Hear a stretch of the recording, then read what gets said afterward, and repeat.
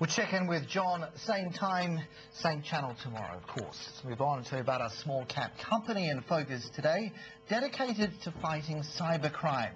Of course, it's now a critical part of the way we do business. Cocoon Data Holdings committed to developing technology that protects the information we share online. Indeed, that technology is ever evolving, with those cyber criminals continuing to up the ante.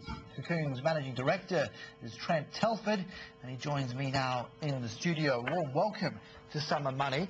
Tell me how this has been developed. As far as, are we talking an Australian initiative here? You've cherry-picked the best and brightest. How did the idea come to bear? Good evening, Carsten. It is a warm evening too here around the country, isn't it? It certainly is. Look, yeah, it's an Australian company. We developed the technology here. Our team in the company have designed the technology from scratch. And who dreamt it up? What was the kind of the trigger point? Look, a lot of us have got backgrounds in security and IT over the years, and the big problem was companies could control I suppose, access to all their critical information while it was internal, but the internet wasn't designed to be secure. And suddenly they're communicating and trading and doing business with each other around the world, and they couldn't do it. So we looked at it and thought, how can we improve it? Now, for the ignoramuses out there like myself, when you've got an S on the end, you've got HTTP. I thought that S stood for secure. So it's possible to set up these firewalls, these secure zones to do your online banking, etc., etc. Is that not the case? No, that is the case. So if you look at online banking, very secure. The S stands for secure. It means the connection between your web browser and that organisation is a secure connection. So why can't that therefore extrapolate and work between companies, between workplaces? Is that just not doable? Well, I think one of the big issues is we use email to communicate all around the world, and email is not secure. We send files, we send attachments, all that sort of information, and when you send an email, it can go through a whole range of ISPs nationally and internationally, and that's not secure. So tell me in essence how this is being rolled out in the medical area at the moment, and what is different, what you're able to do even once you've hit send. Yes. You can retract even a later date. I'm intrigued by this one. That's right. So in the case of medical records, which is one of the big issues everyone's looking at, is how can we transfer patient records around. The product's name is Secure Envelope, so it's literally like FedEx for the internet. So the hospital with the outpatient records can drop the information in there, send it immediately to the GP, as opposed to posting it or faxing it.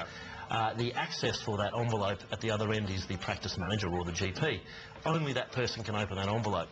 I, at this end, as the hospital, can see when they opened it, which you can't do right now. They can say without any argument that it was opened at this date and time.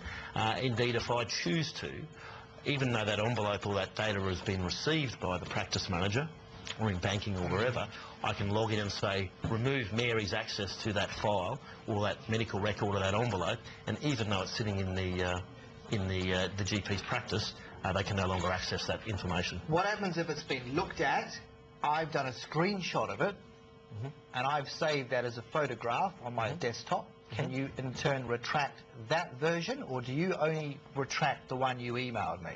So in the case of a Microsoft Word document, which we can protect, look, there's nothing to stop anyone taking a photo of the screen. We can't stop the photo of the screen on using your camera phone, but we can stop you copy and pasting, we can stop you printing and saving as a different format. So for all intents and purposes, that Word document would be a dead Word document on your machine. How are you going with the rollout of this? Because I understand one of the big four banks as well, I'd love you to name names if you could on that one, have shown interest as well. It's expanding, isn't it? You're talking defence, You're talking banking, financials, the sky's the limit.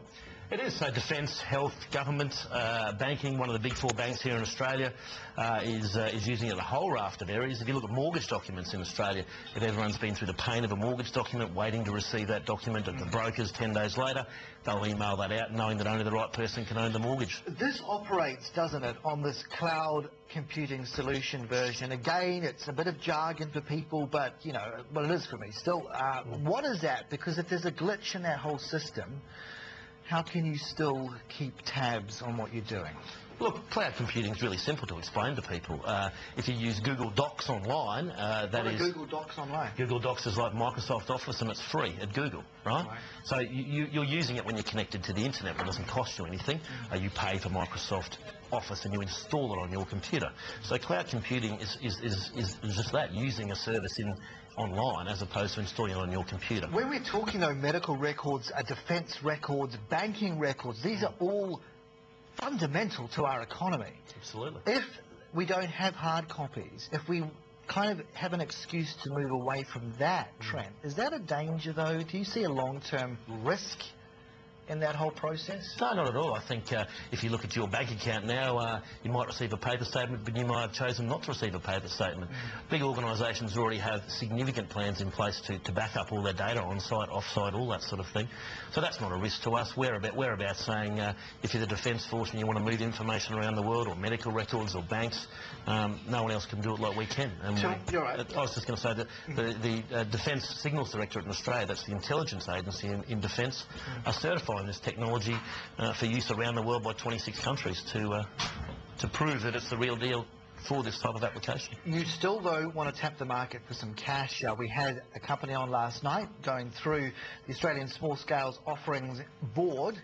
Tell me about that process. Is this the first time you've gone down that route? How much are you hoping to get from investors, and what sort of interest has there been to date? Look, it's been very strong. We've traditionally come through private channels. We've opened it up to this market. We've filled a significant amount of that. We may even go into oversubscriptions in the next month. And the strategy very being successful what? for us. The strategy being for that money is that we've launched in the US with partners in Washington and on the West Coast. So the money goes into expanding things like capability in the health practice, in defence, in banking here in Australia.